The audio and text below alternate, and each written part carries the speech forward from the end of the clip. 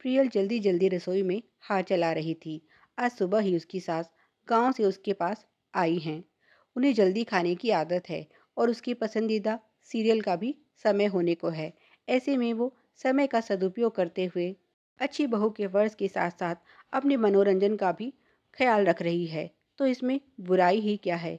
अमूमन तो इतनी जल्दी खाना नहीं बनाती, लेकिन आज मजबूरी है। कहीं सास ने उसे ठीक उसी समय, जब वो अपना फेवरेट प्रोग्राम देख रही हो, खाने के लिए बोल दिया तो सारा मज़ा ही किरकिरा हो जाएगा। आज तो वैसे भी सीरियल में कुछ खास होने वाला है, जिसे वो किसी कीमत पर मिस नहीं करना चाहती। अभिनव के भी आने का समय हो गया है। उसे तो खास एलर्जी है उसके इस प्रोग्राम से, इसीलिए उसे किसी तरह का अवसर वो नहीं देना चाहती। वरना जब तक सास यहाँ है, उसका टीवी बंद समझो। माँ का पक्का भक्त है उसका पति। इधर खाना बना, उधर अभिनव आए। उसने बड़े प्यार से उन्हें कहा, माँ जी को तो जल्दी खाने की आदत है, मैं उनका खाना लगा रही हूँ। आप भी जल्दी से फ्रेश होकर आ जाइए। अभिनव खुश हो गया कि चलो, माँ के लिए तो कम से कम प्रियल ने समय पर खाना बना दिया। पर जिस बात से प्रियल बचने की कोशिश कर रही थी, आखिर वो अभिनव के मुंह से निकल ही गई। माँ के लिए गाजर का हलवा नहीं बनाया तुमने, हो गया सत्यानाश। प्रियल खुद से बोली।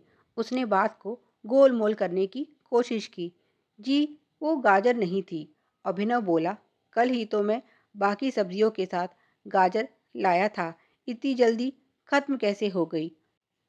यहाँ तो कोई गाजर से बनी सब्जी भी नज़र नहीं आ रही।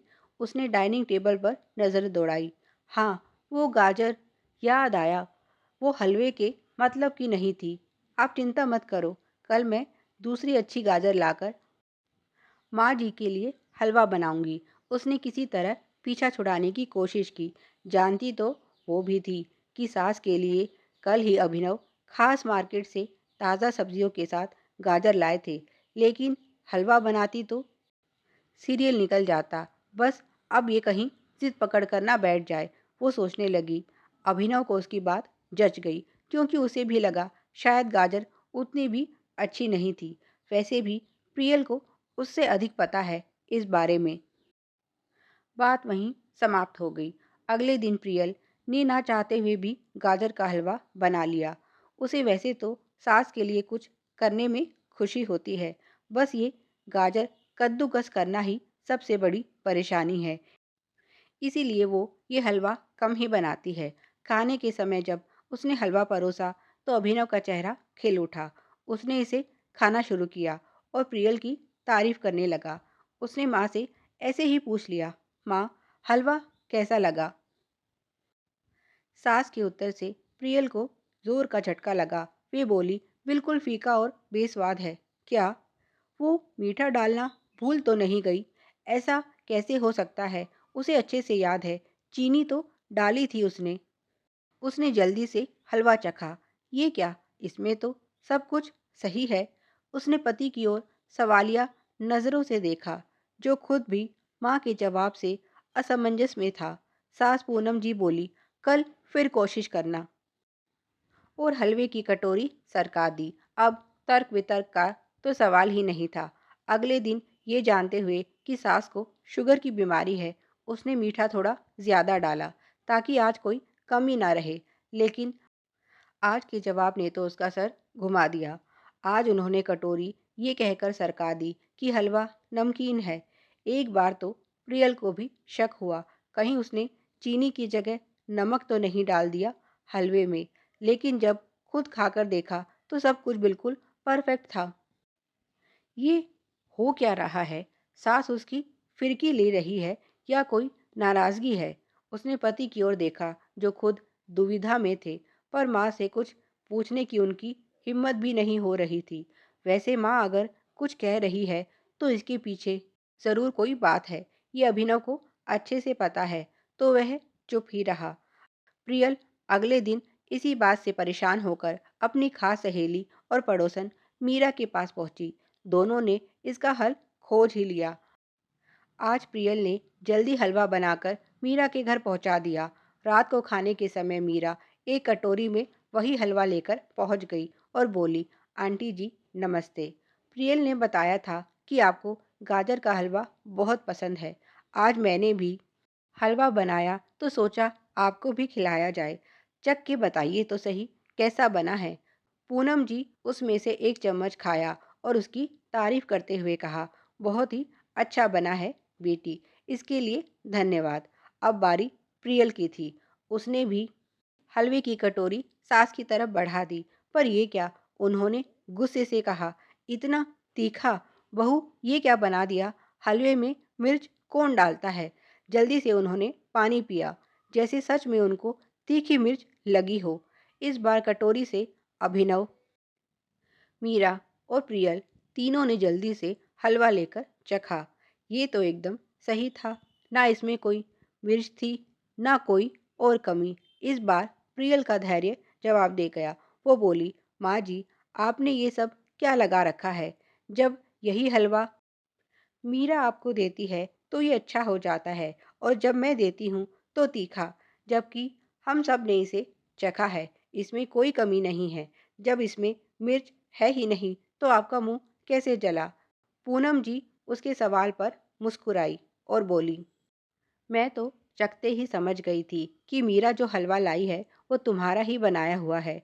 इस बार अभिनव बोला, माँ ये सब क्या है। अगर आप प्रियल की किसी बात से नाराज हैं तो सीधा उसे डांट सकती हैं। इस तरह का व्यवहार क्यों। मैं कुछ समझ नहीं पा रहा। वो कितनी मेहनत से आपके लिए हलवा बनाती है और आप उसे इस प्रकार से निराश कर देती हैं। क्या कमी है इस हलवे में, अब आप ही समझाओ।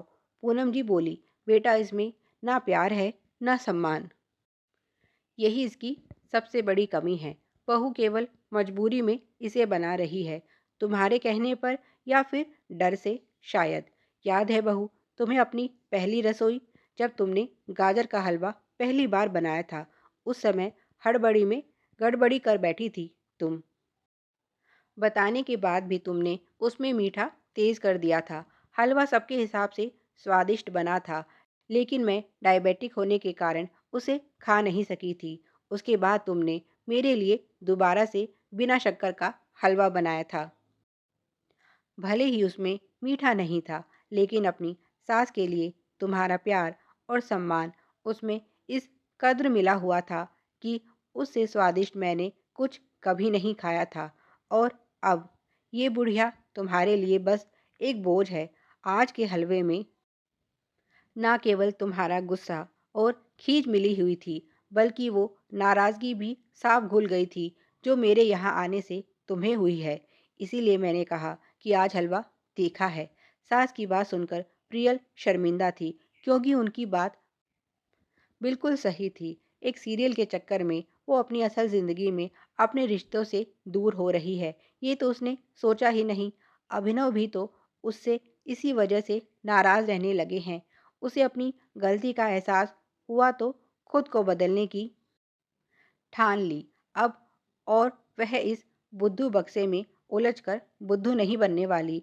उसने सास की ओर कृतज्ञता से देखा, जिन्होंने उसे ये सच बड़ी सरलता से समझा दिया। उसने एक बार फिर गाजर का हलवा बनाया। इस बार उसे कोई नाराज़गी नहीं थी, ना समय की चिंता थी। जब पूनम जी ने ये हलवा खाया तो उनके मुंह से निकला, वाह क्या लाजवाब स्वाद है। अभिनव ने प्रियल को मजाकिया अंदाज में कहा, ओ नो प्रियल, तुम्हारा सीरियल तो गया। उसकी इस बात पर घर में हंसी का ठहाका गूंज उठा। प्यारे दोस्तों, इसी तरह की और भी मज़ेदार कहानियाँ पाने के लिए तेरी मेरी कहानियाँ को सब्सक्राइब करें। वीडियो पसंद आया तो लाइक और शेयर करें। धन्यवाद।